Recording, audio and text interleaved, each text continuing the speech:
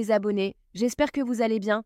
Dans cette vidéo, Valérie Amougou s'exprime sur la situation politique actuelle du Cameroun et alerte ceux qui envisagent de rentrer au pays.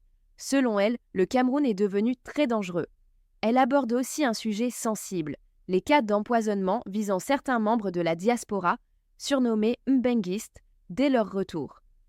Valérie déplore le manque de solidarité entre Camerounais et affirme que ceux qui vivent à l'étranger sont souvent victimes de jalousie alors qu'ils soutiennent économiquement les familles restées au pays.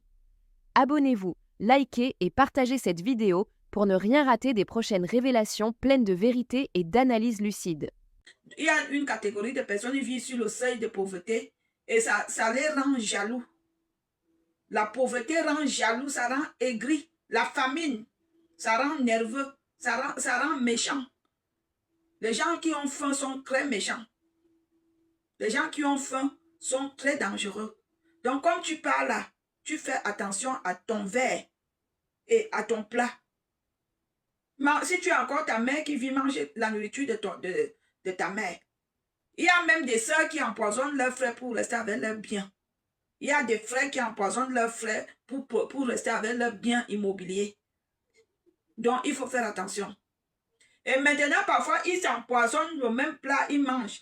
Voilà l'assiette de nourriture. Il met le poison de ton côté. Tu crois que tu manges avec lui. Lui, il mange un côté qui n'est pas empoisonné. Il te laisse manger le côté qui est empoisonné. Donc, ils ont presque développé leur manière d'empoisonner. Il faut faire très attention. Même les frères, même père, même mère ripent leurs frères.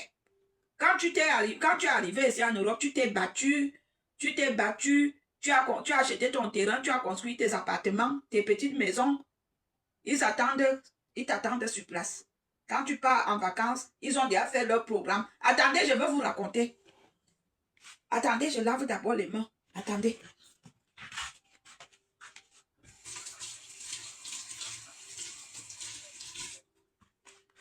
Une fille, elle était venue ici en Allemagne. Bonjour, Nelly.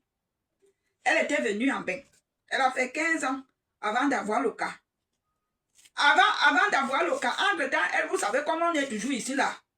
Ici en bain, quand on est là, nous, on a toujours moyen, même sans cas, de chercher un petit job. Et elle était donc une coiffeuse. Elle coiffait souvent les gens à domicile. Son petit argent, elle faisait les économies. Elle envoyait à sa famille que acheter le terrain. J'ai déjà telle somme acheté le terrain. Sa famille dit que oui, on a déjà acheté le terrain. Maintenant, on va commencer les travaux. Ah oui, on va commencer les travaux. Un jour, elle décide donc de partir au bled. Le jour qu'elle a dit à le Kaolo. Elle part. Toute sa famille vient à l'aéroport l'attendre. Vous savez, notre habitude que nous les Benguis ont souvent que quand tu arrives au bled là, tu as envie de manger le piment au bord de la route. Elle s'arrête avec sa famille au bord de la route, au bar. Ils sont tous assis là. Ils commandent à boire et à manger.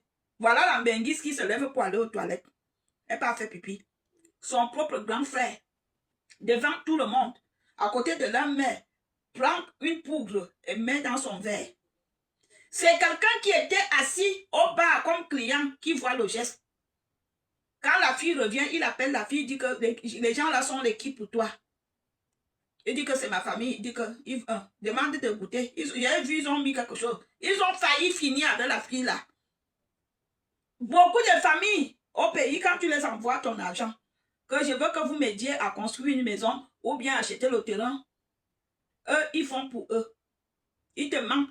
Il va filmer chez quelqu'un d'autre qui te ment que c'est pour toi. Et quand tu arrives, il est capable de te dire la vérité. Il préfère t'éliminer. Donc, il faut faire attention. Les Mbenguistes, quand vous partez au Cameroun, sachez que les données ont changé. Même si c'est votre ami que vous aviez galéré à l'époque d'André Marie, la mentalité a déjà changé. Le comportement, la réflexion. Faites très attention. Si je vous dis avec quoi on vous élimine, vous allez avoir pitié de vous. Si je vous dis le poison que vous entendez, que le poison là, les humains, vous allez avoir pitié de vous. Mais je ne peux pas permettre de dire ça ici pour que beaucoup de personnes connaissent et pas te faire la même chose. Je ne peux pas donner le nom de ça ici. Donc, je ne peux pas. Je ne peux pas.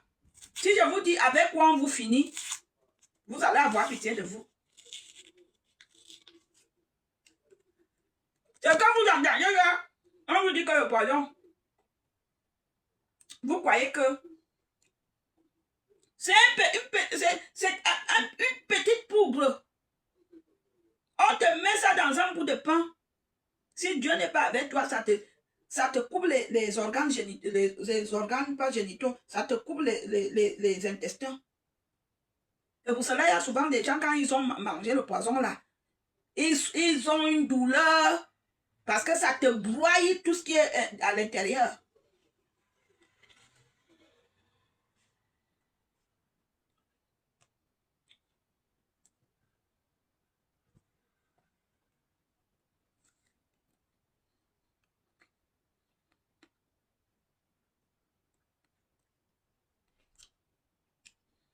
Junior Yann, donc comme je parle là, je parle allemand. Comme moi je parle là, tout ce que je venais de dire là, donc j'ai parlé pour rien. Que quand vous partez au pays, il faut faire attention. Même à vos amis, même à votre propre famille. À cause de ton propre argent, ton propre terrain, ton propre frère te kill. Il y a des cas comme ça. Ton propre grand frère te kill parce qu'il veut rester avec tes terres, avec tes maisons. Je vous dis qu'il y a une maman boulot. Sa propre fille a RIP avec la RIP. Elle est partie au Cameroun. Elle avait déjà fini de construire ses maisons. Sa propre première fille, elle a dit à sa fille qu'elle veut manger la sauce terre. C'est là que sa fille a profité. Elle a RIP avec elle. Elle a RIP sa mère. Quand sa mère est arrivée à l'hôpital, c'était trop tard. Elle est sous la terre aujourd'hui. Je dis, même il y a des enfants que ton propre enfant te fait le plan pour RIP avec toi, pour te RIP. C'est dangereux, hein? Quand vous partez au pays là, on ne sait même pas où ça peut venir. Il faut vraiment être très prudent.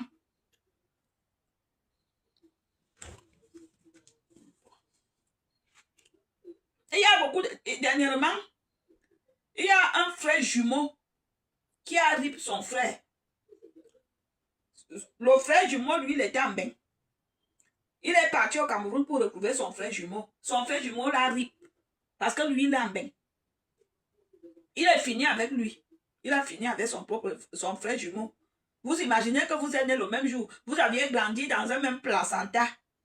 C'est-à-dire que vous êtes liés à... C'est-à-dire que votre cas est spécial. Mais jusque-là, il arrive son frère jumeau. Quand vous allez au bled là,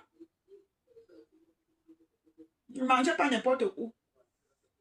Parce qu'ils ont même souvent les plans, ils vous invitent à manger en route. Parfois, ils payent les braiseuses de poissons. Ils vont payer certaines personnes dans les bars.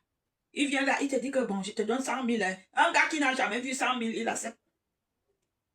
Il y a beaucoup de femmes, elles souffrent là. On vient lui donner 200, lui proposer 200 000, elle accepte. Son problème, c'est quoi? Son problème est à quel niveau?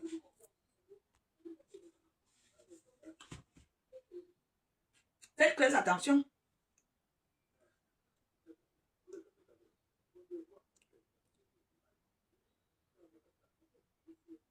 Ma chérie, ou monsieur Charlie ou Charles, ce n'est même pas question de montrer que tu as l'argent. Quand tu t'es déjà déconnecté du pays, que tu es parti en Occident, tu es déjà leur ennemi, que tu le veux ou pas. Tu es déjà l'ennemi de ceux qui sont restés. Mais je pense que même si tu es même venu au Maroc, tu es déjà leur ennemi. Parce qu'ils savent que, coûte que va être, ta vie a déjà changé. Ce n'est même pas question de montrer qu'on a l'argent. Nous, les benguistes qui vivons ici, quand on va au pays, on fait comme eux. On économise, on fait des réunions. On se prive même parfois de s'acheter des habits ou des chaussures parce qu'on veut aller en vacances. On se prive, non? On souffre, non? On se lève à quelle heure? Moi, je me lève tous les jours à 5 heures. Pendant que, en été encore, ça va. Il n'y a que le petit froid du matin, mais en hiver, vous imaginez, il y a des milliers de personnes qui se lèvent sous le froid, parfois sous la glace. On fait des économies en Europe, on fait des cotisations.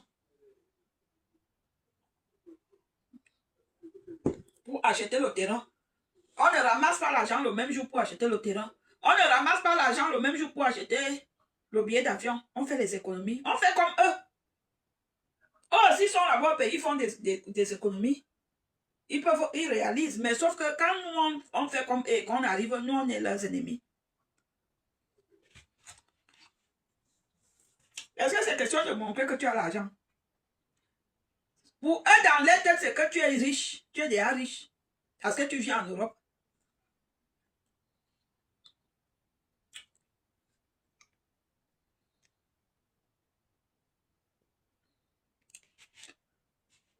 Toi, tu viens me parler d'autres pays, je te parle du Cameroun. Toi, tu viens me dire pourtant dans d'autres pays. Moi, je te parle du Cameroun, je ne sais pas si les autres pays existent. Je suis camerounaise 100%. Je parle du Cameroun, mon frère. Tu as fumé le banga. Quand je reste souvent ici sur des réseaux sociaux, je vous dis que l'ennemi de l'homme camerounais, c'est l'homme camerounais. Vous ne me comprenez pas. L'homme camerounais déteste son frère, même pour rien. L'homme camerounais a une réelle haine envers son frère. Je vous dis ça tous les jours.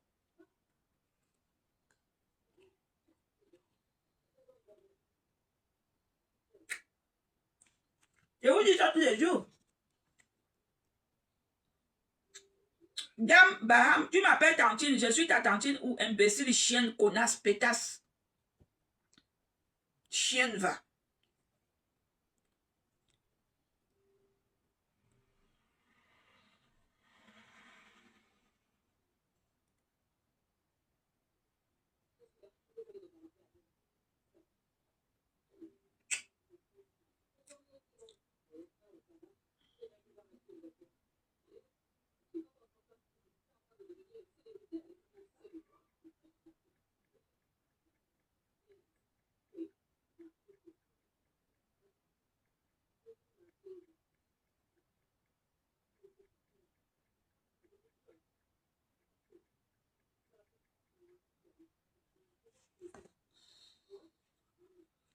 Bon, les gens, on va me balader dehors.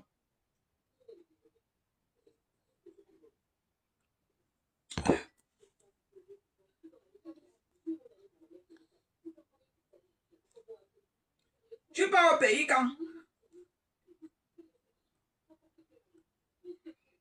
Il faut faire attention à toi. Il y a des agressions. Les agressions se sont multipliées fois 100. La plupart des jeunes aujourd'hui ne veulent plus se débrouiller comme les jeunes d'avant. Beaucoup de jeunes, après avoir refusé l'école, partaient apprendre la mécanique ou bien partaient au village faire des travaux champêtres. Les jeunes maintenant se sont déversés dans les agressions et le vol à l'étalage. Il faut faire attention. Quand tu regardes les faits divers au Cameroun, la plupart des kidnappings, souvent c'est des membres de famille qui font des plans de kidnapping. Quand je vous dis prudence et prudence encore.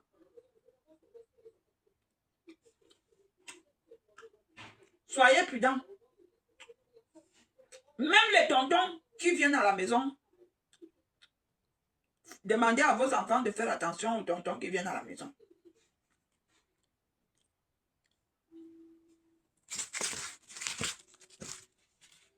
Dites à vos enfants que si tu vois le tonton qui vient à la maison, te dit que viens, je pars avec toi. Dis-lui que appelle maman. Dis-lui que appelle d'abord papa. Éduquez vos enfants cela. S'il y a un tonton qui vient souvent à la maison qui te dit qu'il t'amène quelque part, dis-lui que avant de venir avec toi, tonton, appelle d'abord tata. Appelle d'abord maman.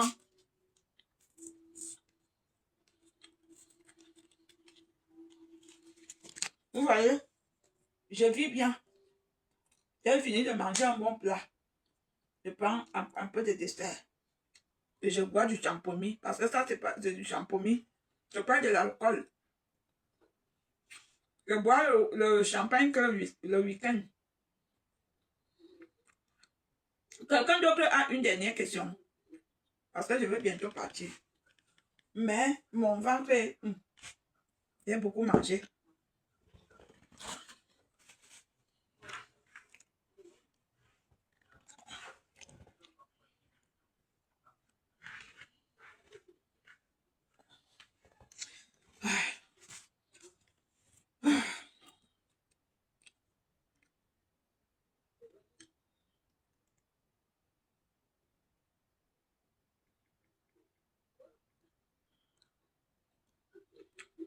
Bon, la personne qui consulte mes comptes m'a déjà dit, je veux faire les courses. Vous savez, j'ai ma banquière. Ma banquière, parce que c'est prudence, dès que je fais une petite dépense, elle me demande déjà, tu achètes quoi là? Maman, déjà, quand tu as des enfants, on est dans la catégorie d'enfants il surveille son parent. Merci beaucoup pour tes directs, Valérie. Et je reçois quoi en retour, Elan? Je reçois quoi en retour? Franchement, envoie-moi l'argent, j'ai besoin d'argent. Envoie-moi même 100 euros.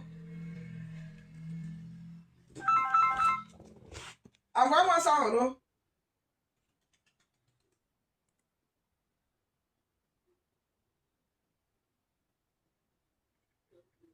Franchement, envoie-moi l'argent. Envoie-moi même 100 euros, non, mon gars. Il y a quoi? Envoie-moi 100 euros. C'est quoi? Moi-même, j'ai la qualité des fans. J'ai des fans radiants. Aïe! J'ai des fans, mon mari est déjà rentré. L'homme avec qui je suis, l'homme avec qui je partage la vie. Vous savez, je vis avec un homme. Il est déjà rentré, donc. Je vais vous laisser.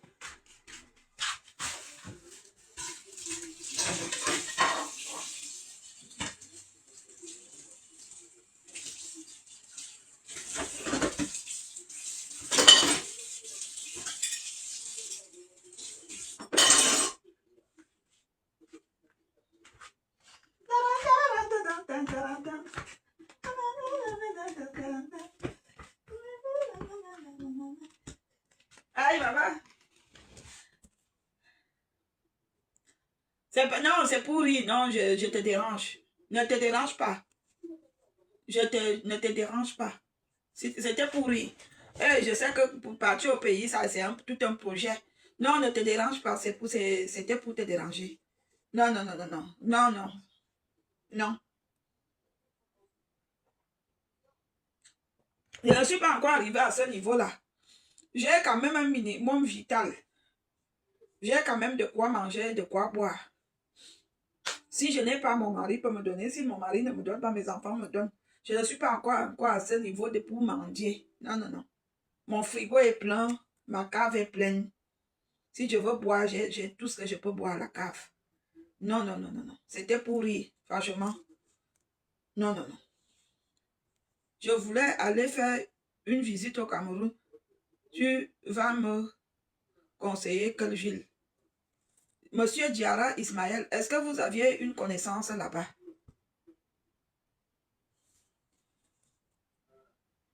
Est-ce que vous connaissez quelqu'un là-bas? Si vous connaissez quelqu'un, c'est bien beau, mais si vous partez en visite touristique, il faut avoir un guide. Parce que le Cameroun est un pays très dangereux. Je ne peux pas vous mentir. Vous pouvez vous faire agresser à tout bout. Vous pouvez vous faire agresser. Comme moi, dernièrement, dans mes appartements, à Bonanjo, heureusement, le vigile a été vigilant. Il y a 2 gars qui venaient pour agresser les habitants de l'appartement. Heureusement, le vigile a été vigilant. Les vigiles ont été vigilants, ils ont appelé la police. Donc, si vous partez au Cameroun, il faut vraiment avoir des guides, des personnes qui sont avec vous parce que des guides reconnus, hein. Des guides reconnus. Des guides reconnus. Il ne faut pas prendre les gens il ne faut pas faire des connaissances sur des gens sur Internet qui vont vous dire que venez, on va assurer votre sécurité. Il faut faire les choses dans la norme. Quand vous arrivez, vous partez vous enregistrer dans votre ambassade. N'oubliez pas d'aller vous enregistrer dans votre ambassade. S'il y a votre ambassade au Cameroun,